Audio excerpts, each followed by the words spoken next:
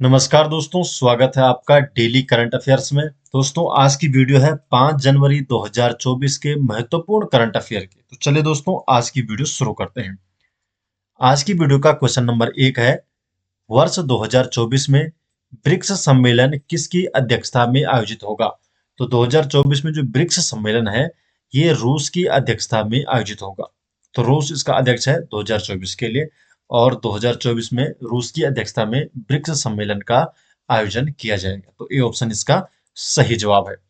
Question number 2 है, हाल ही में स्वदेश दर्शन 2.0 योजना में किस वन्यजीव अभयारण्य को शामिल किया गया है? तो जो स्वदेश दर्शन 2.0 योजना है, तो इसमें देवरीगढ़ वन्यजीव अभयारण्य, तो देवरीगढ़ वन्यजीव अभयारण्य को शामिल किया गया है स्वदेश दर्शन 2.0 योजना के अंतर्गत। डिटेल जान लेते हैं। तो जो पर्यटन मंत्रालय है, इसने देवरीगढ़ वन्यजीव अभयारण्य को स्वदेश दर्शन 2.0 योजना में शामिल किया है। जो स्वदेश दर्शन कार्यक्रम है, ये भारत सरकार के पर्यटन मंत्रालय द्वारा साल 2015 में शुरू किया गया था, और यह 100% केंद्रीय फंड की योजना है।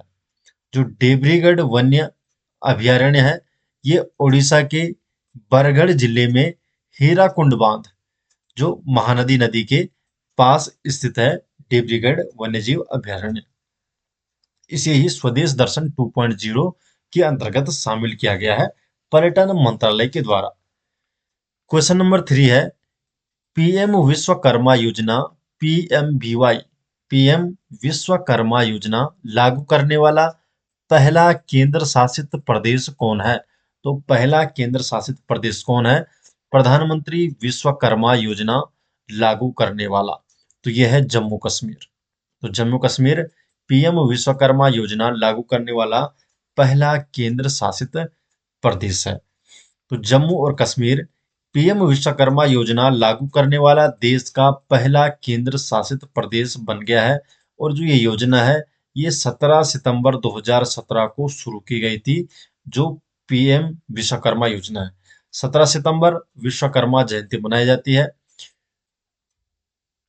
क्वेश्चन नंबर 4 है, किसे हाल ही में सुप्रीम कोर्ट कानूनी सेवा समिति का अध्यक्ष नियुक्त किया गया है? तो सुप्रीम कोर्ट कानूनी सेवा समिति का अध्यक्ष जस्टिस बी आर गवई को नियुक्त किया गया है। तो जस्टिस जो बी आर गवई हैं, इन्हें सुप्रीम कोर्ट कानूनी सेवा समिति का अध्यक्ष नियुक्त किया गया है। तो ये ऑप्शन इसका सही जवाब है। डिटेल जान लेते हैं। तो सुप्रीम कोर्ट के न्यायाधीश न्यायमूर्ति बी आर गवई को राष्ट्रीय कानूनी सेवा प्राधिकरण नालसा, फुल फॉर्म है नेशनल लीगल सर्विस अथॉरिटी, द्वारा सुप्रीम कोर्ट कानूनी सेवा समिति supreme court legal service committee के अध्यक्ष के रूप में नामित किया गया है। इससे पहले तो जो जस्टिस गवई है, इससे पहले ये जस्टिस संजीव खन्ना का स्थान लेंगे। तो इससे पहले संजीव खन्ना इस के अध्यक्ष थे। क्वेश्चन नंबर 5 है, हाल ही में गृह मंत्रालय द्वारा किस संगठन को अवैध संघ घोषित किया गया है? तो गृह मंत्रालय द्वारा जो मुस्लिम लीग है, मुस्लिम लीग जम्मू कश्मीर, तो जो मुस्लिम लीग जम्मू कश्मीर है, इसे अवैध संघ घोषित किया है। तो ये ऑप्शन इसका सही जवाब है। तो गृह मंत्रालय ने मुस्लिम लीग जम्मू कश्मीर, जो मसरत आलम गुट के नाम से जाना जाता है, इसे एक गैर कानूनी संघ घोषित किया है। जो ये संगठन है, ये आतंकवाद विरोधी गैर कानूनी गतिविधियों अधिनियम 1967 की धारा 3(1) के तहत 5 साल के लिए गैर कानूनी घोषित किया गया है। इस संगठन को गृह मंत्रालय द्वारा, जो एक गृह मंत्रालय है, इसके मुताबिक ये संगठन और इसके सदस्य जम्मू कश्मीर में देश विरोधी और अलगाववादी गतिविधियों में शामिल हैं, इसलिए इसे 5 साल के लिए गैर कानूनी घोषित कर दिया गया है। क्वेश्चन नंबर 6 है, प्रारंभिक आपदा चेतावनी के लिए राहत वाणी केंद्र का उद्घाटन किस राज्य में किया गया है? तो जो राहत वाणी केंद्र है, तो इसका उद्घाटन किस राज्य में किया गया है? उत्तर प्रदेश में। तो उत्तर प्रदेश में प्रारंभिक आपदा चेतावनी के लिए राहत वाणी केंद्र का उद्घाटन किया गया है? तो उत्तर प्रदेश राज्य के मुख्य सचिव दुर्गा शंकर मिश्रा ने प्रारंभिक आपदा चेतावनी के लिए एक वेधशाला जिसका नाम है राहत वाणी केंद्र, तो इसका उद्घाटन किया है।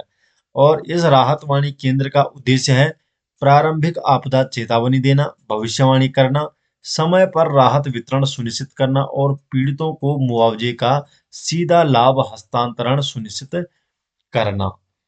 क्वेश्चन नंबर 7 है, ई राज्यों में ट्रक ड्राइवरों ने हिट एंड रन से संबंधित किस नए कानून के विरोध में हड़ताल किया है? तो ये कौन सा कानून था? भारतीय न्याय संहिता की धारा 106। तो हिट एंड रन यानी किसी को टक्कर मारकर भाग जाना, ऐसे मामलों के लिए सरकार ने भारतीय न्याय संहिता की धारा 106(2) में कुछ प्रावधान किए हैं। क्या था? धारा 106(2) क्या है कि जो कोई भी लापरवाही से वाहन चलाकर किसी व्यक्ति की मौत का कारण बनता है या घटना के तुरंत बाद किसी पुलिस या मजिस्ट्रेट को इसकी सूचना दिए बिना भाग जाता है, तो उसे 10 साल तक की सजा हो सकती है और जुर्माना भी लगाया जा सकता है। ये बोलता है धारा 106(2) है। अगर एक्सीडेंट के बाद अपराध करने वाला पुलिस या मजिस्ट्रेट को सूचना देता है तो उसकी सजा कम हो जाएगी। और भारतीय न्याय संहिता की धारा 106(1) के तहत अधिकतम 5 साल की सजा और जुर्माना लगाया जा सकता है। तो ये दो केस थे। क्वेश्चन नंबर, चलो आगे क्या है इसमें कि 3 साल से अधिक सजा होने के कारण ये दोनों ही धाराएं गैर जमानती हैं और इसमें थाने से ड्राइवर को जमानत नहीं मिलेगी। और इसी पर ट्रक ड्राइवरों ने इन कानूनों के विरोध में हड़ताल की थी। नेक्स्ट क्वेश्चन है क्वेश्चन नंबर 8। वर्ष 2024 में ब्रिक्स के सदस्य देशों की संख्या 5 से बढ़कर कितनी हुई है? तो 5 से बढ़कर कितनी हुई है? तो 5 से बढ़कर हो चुकी है 10। डिटेल जान लेते हैं। तो ब्रिक्स के वर्तमान अध्यक्ष हैं रूस के राष्ट्रपति व्लादिमीर पुतिन और इन्होंने 1 जनवरी 2024 को 5 नए देशों को स्थायी सदस्यता की घोषणा की है। इसके साथ ही कुल अब सदस्य देश हो चुके हैं 10 हो गए हैं। नए सदस्य कौन से देश हैं जिन्हें नए सदस्यता मिली है? तो ये मिस्र, इथियोपिया है, ईरान, सऊदी अरब और संयुक्त अरब अमीरात। इससे पहले ब्रिक्स में केवल 5 सदस्य शामिल थे, 5 सदस्य देश शामिल थे। तो कौन कौन से 5 सदस्य देश थे? भारत, रूस, चीन, दक्षिणी अफ्रीका और ब्राजील। तो ये 5 देश शामिल थे और 5 नए जोड़ के अब टोटल 10 हो गए हैं ब्रिक्स में देशों की संख्या। क्वेश्चन नंबर 9 है, राजीव गांधी स्वरोजगार स्टार्टअप योजना कहाँ शुरू की गई है? तो जो राजीव गांधी स्वरोजगार स्टार्टअप योजना है तो इसे हिमाचल प्रदेश में शुरू किया गया है। तो हिमाचल प्रदेश में राजीव गांधी स्वरोजगार स्टार्टअप योजना शुरू की गई है। जनवरी 2024 में हिमाचल प्रदेश सरकार ने राजीव गांधी स्वरोजगार स्टार्टअप योजना शुरू की है। और जो ये योजना है ये ग्रामीण युवाओं को अपनी भूमि पर सौर ऊर्जा संयंत्र स्थापित करने के लिए प्रोत्साहित करती है। नेक्स्ट क्वेश्चन है क्वेश्चन नंबर 10। भारतीय नौसेना स्टाफ के उप प्रमुख के रूप में किसे नियुक्त किया गया है? तो भारतीय नौसेना स्टाफ के जो उप प्रमुख हैं, उप प्रमुख के रूप में दिनेश के त्रिपाठी को नियुक्त किया गया है। तो दिनेश के त्रिपाठी को भारतीय नौसेना स्टाफ के उप प्रमुख के रूप में नियुक्त किया गया है। तो बी ऑप्शन इसका सही जवाब है। डिटेल जान लेते हैं। तो वाइस एडमिरल दिनेश के त्रिपाठी ने आधिकारिक तौर पर नौसेना स्टाफ के उप प्रमुख की भूमिका संभाली है।